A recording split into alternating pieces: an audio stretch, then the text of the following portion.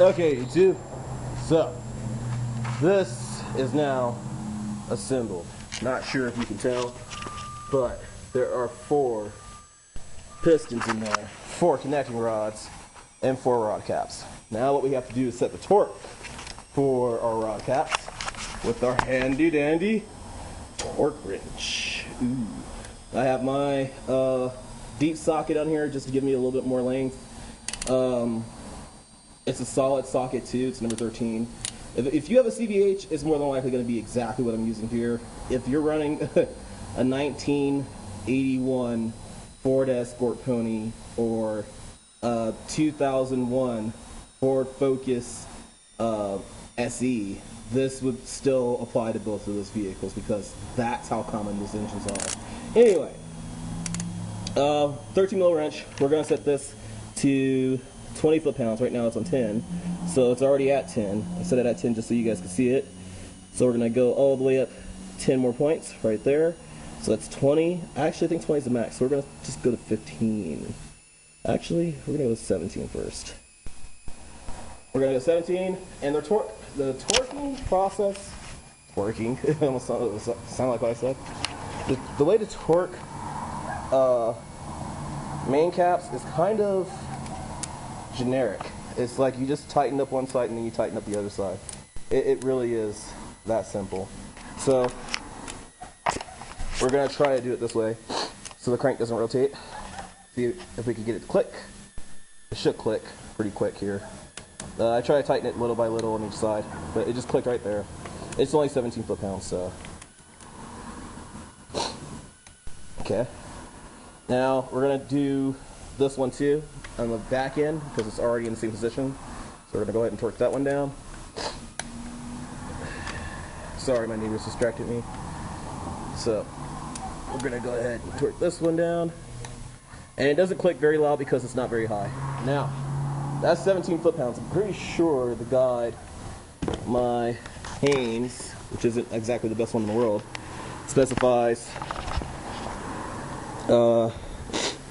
19 to 25. So we're gonna just bump it up to 20, let's say 24 foot-pounds, and we're gonna call it, because it's really like you could do between those ones. So we're already at 17. We're gonna loosen that up. Hold on.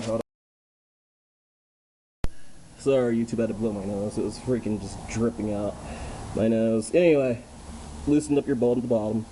We know we're at 17 already, so we're gonna go to 20. We know that line right there is 20. It shows it, and that little upward line shows that that's the degrees between 20 on the wheel. So we're gonna go all the way up to 24. Actually, 23. It's really not that big of a deal between 1 or 2 foot-pounds. Not to mention, you could bury 5 foot-pounds in here, so technically we should be going possibly a little bit over since these aren't the cleanest threads and bolts in the world. So we're going to go ahead and torque these all the way down. That's it. These are connecting rods, so if the torque sounds pretty low, it's because they're connecting rods. They're not supposed to be ridiculously tight because they're floating on there, okay? All they have to do is keep the piston attached to the crank, which isn't very difficult in the grand scheme of engine duties for different fasteners. So we're going to put this down over here, and next time, honestly, I don't think we're even going to do 2 stages. Next time I think we're just going to go ahead and tighten it straight up to 25.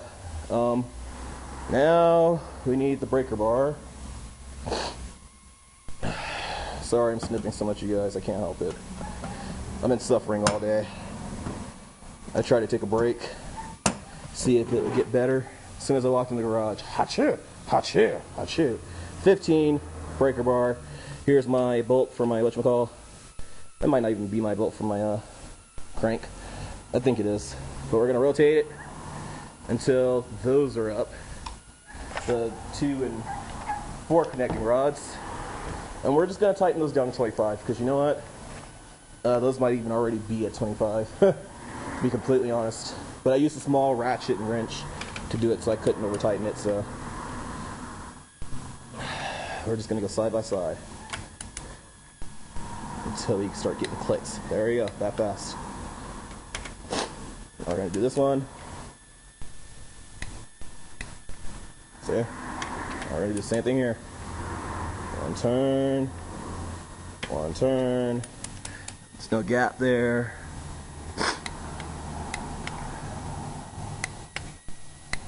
You sure you guys can hear that? Okay. And that's it. 25 foot-pounds. And something that you want to keep in mind is that these aren't supposed to be super tight. They're supposed to have a little bit of wiggle room. And like these really don't, probably because they're saturated with lube, but I can actually move them. You can see there, the stuff kind of bubbles in. Now this isn't a Mazda, but if this was a Mazda, they actually click when I did that. Don't know why Mazda does that, it just does. Anyway, we're gonna spin her over, the whole engine rotated 180 degrees, like that. And then we'll bring you guys back for the final rotation. As promised, we are going to do our final rotation right now. Pistons are all in there. There's our 15. Put our breaker bar in there and give her a whirl. Now what you're doing this for is to make sure that it's not binding.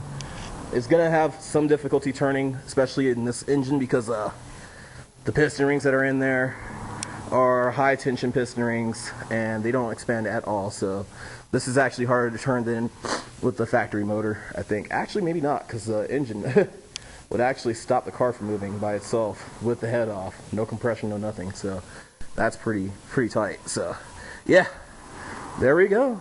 Right there. That's what you guys wanted. Look at that. Look at that. Oh yeah. Oh yeah. Oh yeah, YouTube. Let's check the bottom end out. Yeah. Yeah. No binding, no nothing.